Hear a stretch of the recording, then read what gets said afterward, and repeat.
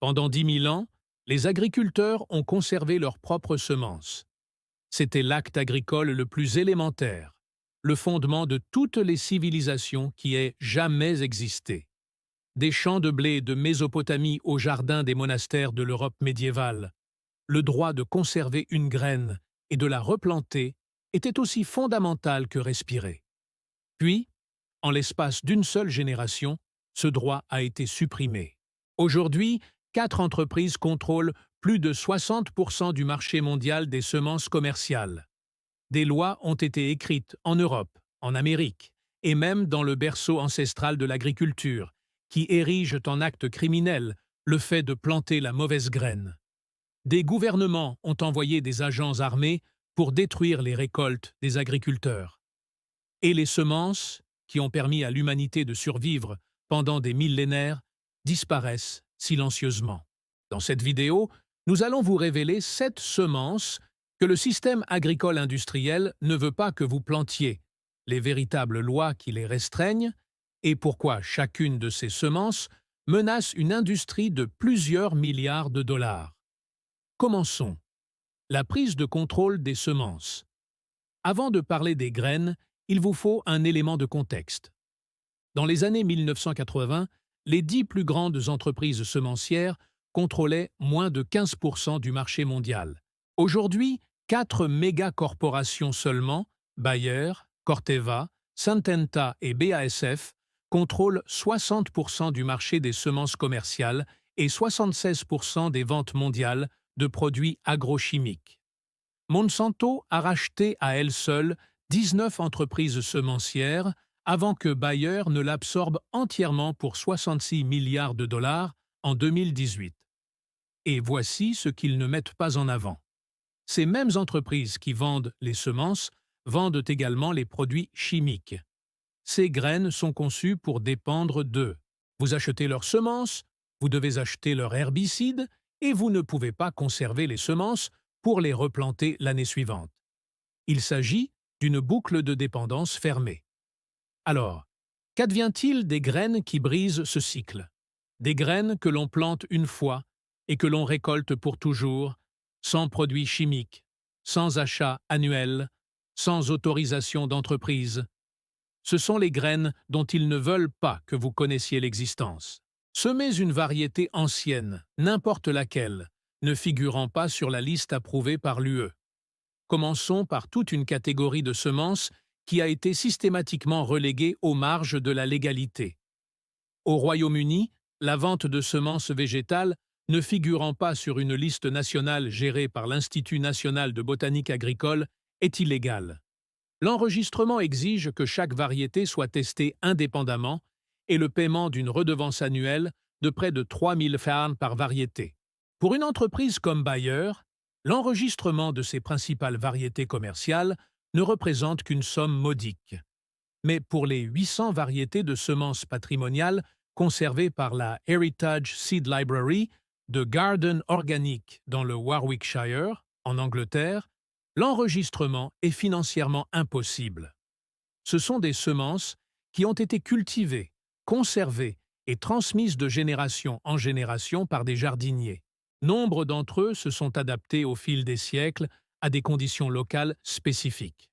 Il en résulte que la Heritage Seed Library ne peut fonctionner que grâce à une faille juridique. Ils ne peuvent pas vendre de semences. Les jardiniers doivent en revanche devenir membres de la bibliothèque et recevoir des semences dans le cadre de leur adhésion. Selon les propres termes du directeur de la bibliothèque, ils opèrent à la limite de la légalité. Et ça empire. En 2012, des enquêteurs infiltrés de l'Agence nationale lettonne de protection des végétaux ont inculpé une exploitation agricole indépendante pour vente illégale de semences de tomates anciennes non enregistrées. L'agence a suggéré à l'exploitation de choisir un petit nombre de variétés à enregistrer officiellement et d'abandonner les quelques 800 autres variétés qu'elle cultivait. En Pologne, la définition légale d'une variété amateur est si restrictive que les tomates anciennes communes ne peuvent techniquement pas prétendre à l'enregistrement. Les producteurs polonais de semences patrimoniales ont tenté, sans succès, de faire enregistrer des centaines de variétés traditionnelles par les voies légales. Réfléchissez à ce que cela signifie. Les semences qui ont nourri l'Europe pendant des siècles évoluent dans une zone grise juridique, tandis que les variétés brevetées par les entreprises circulent librement par tous les canaux. Semence numéro 2. Skirite, la racine de sucre médiévale. Parlons maintenant des semences spécifiques que le système industriel a abandonnées. Et le premier est un parfait exemple de tout ce qui ne va pas dans l'agriculture moderne. Le skirite est un légume racine vivace, qui était l'une des cultures les plus populaires de l'Europe médiévale. L'agriculteur du XVIIe siècle, John Worlage, la déclarait la plus douce, la plus blanche et la plus agréable des racines. Les Néerlandais l'appellent encore Zuckerwarto, littéralement racine de sucre. Les Allemands l'appellent Zuckerwurzel, la même signification qu'avant que le sucre de canne et de betterave ne devienne largement disponible. Le skiritro était une source essentielle de douceur pour les populations européennes. C'était l'un des plats préférés de l'empereur romain Tibère. Elle prospère dans les sols humides et marécageux où la plupart des légumes ne survivent pas. C'est une plante vivace, ce qui signifie qu'on la plante une fois et qu'on la récolte année après année. Elle ne nécessite aucun pesticide. Elle ne présente pratiquement aucun problème de parasites et peut être propagée simplement par division des racines. Vous voyez le problème? Du point de vue d'une entreprise semencière, Scarret est un cauchemar. Vous l'achetez une fois, vous n'aurez plus jamais besoin de le racheter. Cela ne nécessite aucun produit chimique. Elle pousse sur des terres marginales que les entreprises ne peuvent pas monétiser. C'est tout le contraire de ce sur quoi repose le modèle annuel de semences et de produits chimiques. Le skirite n'est pas interdit par la loi. Elle a été interdite par négligence. Elle a été systématiquement exclue des catalogues de semences commerciales, écartée de la recherche agricole et tellement oubliée que la plupart des gens vivant aujourd'hui n'en ont jamais entendu parler. C'est une interdiction en soi. Semence 3. Semences cultivées en Colombie. Résolution 97. Nous passons maintenant des bandes molles aux bandes dures. L'histoire de la résolution 970 de Colombie est l'un des exemples les plus troublants de criminalisation des semences dans l'histoire moderne. En 2010, dans le cadre d'un accord de libre-échange avec les États-Unis, le gouvernement colombien a adopté un décret connu sous le nom de Résolution 97. Cette loi rend illégal pour les agriculteurs colombiens de conserver, produire, commercialiser, distribuer gratuitement ou utiliser des semences non enregistrées ou certifiées par l'Institut agricole colombien sans son autorisation. Réfléchissez-y. Dans un pays où les agriculteurs conservaient leurs propres semences depuis des milliers d'années, le fait de replanter sa propre récolte est devenu un crime. Les seules semences certifiées disponibles coûtaient 2 à 3 fois plus cher que les semences conservées. Elles ne pouvaient être utilisées que pour une seule récolte, et la grande majorité provenait de sociétés étrangères. Seulement 8% des semences certifiées en Colombie provenaient des entreprises colombiennes. En 2011, les autorités gouvernementales colombiennes ont pris d'assaut les entrepôts et les camions des riziculteurs de Coa Alegra, dans la province de Huila, et ont détruit 70 tonnes de riz cultivés à partir de semences conservées. D'après les informations disponibles, plus de 4000 tonnes de semences de riz, de pommes de terre, de maïs et d'autres cultures ont été saisies et détruites en vertu de cette loi. Les agriculteurs ont déclaré qu'ils n'avaient jamais été informés que leur pratique ancestrale de conservation des semences était devenue illégale.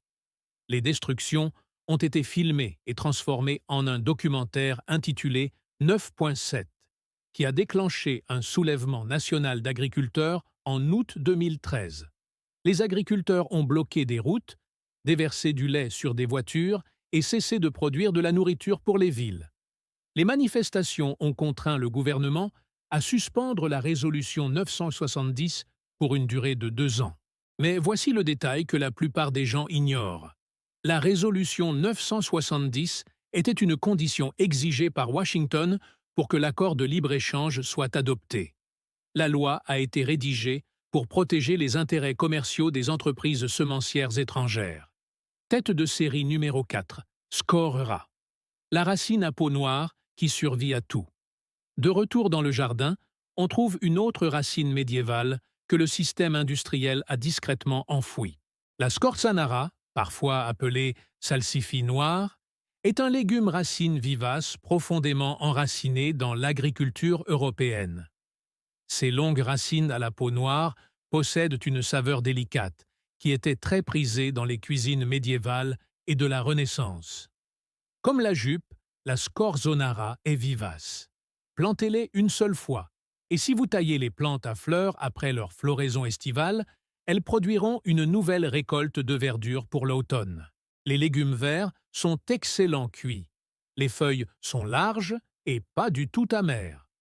Contrairement à son cousin le salsifis, la racine elle-même peut être récoltée tout au long de l'hiver et jusqu'au printemps, fournissant ainsi de la nourriture pendant les mois où la plupart des cultures annuelles sont terminées depuis longtemps, et les graines sont faciles à conserver et à partager. Les scores de cette époque étaient autrefois largement cultivés à travers l'Europe. Aujourd'hui, on la trouve à peine dans les catalogues de semences commerciales. Elle a été remplacée par des cultures annuelles qu'il faut acheter chaque année, qui nécessitent des intrants chimiques et qui alimentent le cycle des entreprises. Scorzonera n'exige rien du système, et c'est précisément pourquoi le système l'a oublié. Semence numéro 5. N'importe quelle graine brevetée que vous osez replanter. Bowman contre Monsanto. En 2013, la Cour suprême des États-Unis a statué à l'unanimité dans l'affaire Bowman contre Monsanto qu'un agriculteur de l'Indiana, nommé Vernon Hugh Bowman, avait violé la loi sur les brevets en replantant des graines de soja qu'il avait achetées dans un silo à grains. Bowman n'avait signé aucun accord avec Monsanto. Il a acheté du soja de base, du type destiné à l'alimentation animale, auprès d'un silo local. Il savait que la plupart des plants de soja de sa région portaient la caractéristique Roundup Ready de Monsanto. Il les planta donc pour sa deuxième récolte de la saison et conserva les graines pour les replanter les années suivantes. Monsanto a porté plainte. La Cour suprême a statué que planter une graine brevetée équivaut à faire une nouvelle copie du produit breveté, au même titre que si vous achetiez un livre et commenciez à en imprimer des copies. Depuis le milieu des années 1990, Monsanto a intenté des poursuites contre 145 agriculteurs américains pour contrefaçon de brevets. Lorsque les agriculteurs achètent des semences Monsanto, ils signent un accord d'utilisation de la technologie qui interdit la conservation des semences pour le replantage et qui donne à Monsanto le droit d'inspecter leurs champs pendant 3 ans après l'achat. L'Union des agriculteurs brésiliens a mené un combat similaire. Dans une décision historique, une cour d'appel brésilienne a donné raison à Monsanto, confirmant que les agriculteurs ne peuvent pas conserver les semences des variétés de soja brevetées Roundup Ready. Le montant total des redevances contestées était estimé à 7,7 milliards de dollars. Il s'agit de la graine interdite par excellence, non pas une variété spécifique, mais le fait même de faire ce que tous les agriculteurs de l'histoire ont fait avant l'ère des brevets. Sauvegarder, planter, répéter. Ce cycle, qui a permis à la civilisation de se maintenir pendant 10 000 ans, est désormais considéré comme un crime fédéral si la semence est protégée par un brevet d'entreprise. Semence 6. Bon roi Henri. L'épinard vivace de l'Europe médiévale. Voici une plante que les monastères médiévaux cultivaient comme légume vert de base. Le Good King Henry, également connu sous le nom d'épinard du Lincolnshire ou d'asperge du pauvre, est une plante vivace qui produit des feuilles, des pousses et même des boutons floraux comestibles. C'était l'un des arbustes les plus courants dans les jardins anglais médiévaux. On la plante une fois, et elle revient année après année, fournissant des légumes verts nutritifs du début du printemps jusqu'à l'automne. Les jeunes pousses peuvent être récoltées et consommées comme des asperges. Les feuilles sont riches en fer et en vitamines. Le Good King Henry ne nécessite aucun soin particulier, aucun produit chimique et aucun achat annuel de semences. Elle se ressème facilement, ce qui signifie qu'une seule plante peut éventuellement fournir une quantité illimitée, comme le skirite et le scorzonara. Le bon roi Henri a été systématiquement remplacé par des cultures annuelles alimentant le cycle commercial. Elle n'a pas été explicitement interdite, mais elle a été tellement effacée de la conscience agricole qu'on pourrait tout aussi bien dire qu'elle l'a été. Semence 7. Les semences de Mésopotamie. Décret irakien, Irenidaer 81. Nous terminons là où l'agriculture a commencé. L'Irak, terre située entre le Tigre et l'Euphrate, est largement reconnu comme le berceau de l'agriculture. Depuis plus de 10 000 ans, les agriculteurs irakiens cultivent et sélectionnent les céréales et les légumineuses, développant des milliers de variétés de blé locales adaptées au sol et au climat de la région. Ces semences étaient conservées dans une banque nationale de semences située à Abu Ghraib. Après l'invasion de 2003, cette banque de semences a été détruite et à sa place, le chef de l'autorité provisoire de la coalition, Paul Bremer, a émis l'ordonnance 81, officiellement intitulée Loi sur les brevets de dessins et modèles industriels, les informations non divulguées, les circuits intégrés et les variétés végétales. L'ordonnance 81 a instauré des protections de propriété intellectuelle qui accordaient aux titulaires de brevets des droits absolus pendant 20 ans sur l'utilisation de leurs semences dans l'agriculture irakienne. Les agriculteurs qui semaient des semences brevetées étaient tenus de signer des accords prévoyant le paiement de frais technologiques et d'une redevance annuelle de licence, et il leur était explicitement interdit de réutiliser les semences de variétés protégées. Selon l'Organisation des Nations Unies pour l'alimentation et l'agriculture, avant l'invasion, 97% des agriculteurs irakiens ne cultivaient que leurs propres semences conservées. Le décret 81 visait à remplacer cette tradition vieille de 10 000 ans par un système selon lequel les agriculteurs achèteraient de nouvelles semences auprès de sociétés transnationales à chaque saison des semailles. L'organisation GRAN a précisé que le décret Nilero 81 n'interdisait pas techniquement toutes les semences traditionnelles. Elle a interdit la réutilisation des semences issues de nouvelles variétés enregistrées. Mais dans les faits, lorsque Monsanto et d'autres entreprises se sont implantées sur le marché irakien, ces nouvelles variétés enregistrées ont été promues de manière agressive et l'infrastructure de conservation traditionnelle des semences a été systématiquement démantelée. Les semences ancestrales de Mésopotamie, le plus ancien patrimoine agricole de la Terre, étaient remplacées par des semences brevetées qu'il était interdit de replanter légalement. Je tiens à être clair sur un point. Toutes les graines dont nous parlons aujourd'hui ne sont pas techniquement illégales à cultiver. Certaines sont interdites par la loi, d'autres par la réglementation, et d'autres encore par un moyen bien plus efficace. Ils ont été effacés de la mémoire. Quand 94% des variétés de semences potagères de 1903 ont disparu des sources commerciales. Quand 4 entreprises contrôlent 60% du marché mondial des semences. Quand les récoltes des agriculteurs colombiens sont détruites et que les agriculteurs irakiens perdent un patrimoine vieux de 10 000 ans à cause d'un simple bout de papier. Il faut se demander à qui cela profite. La réponse est toujours la même.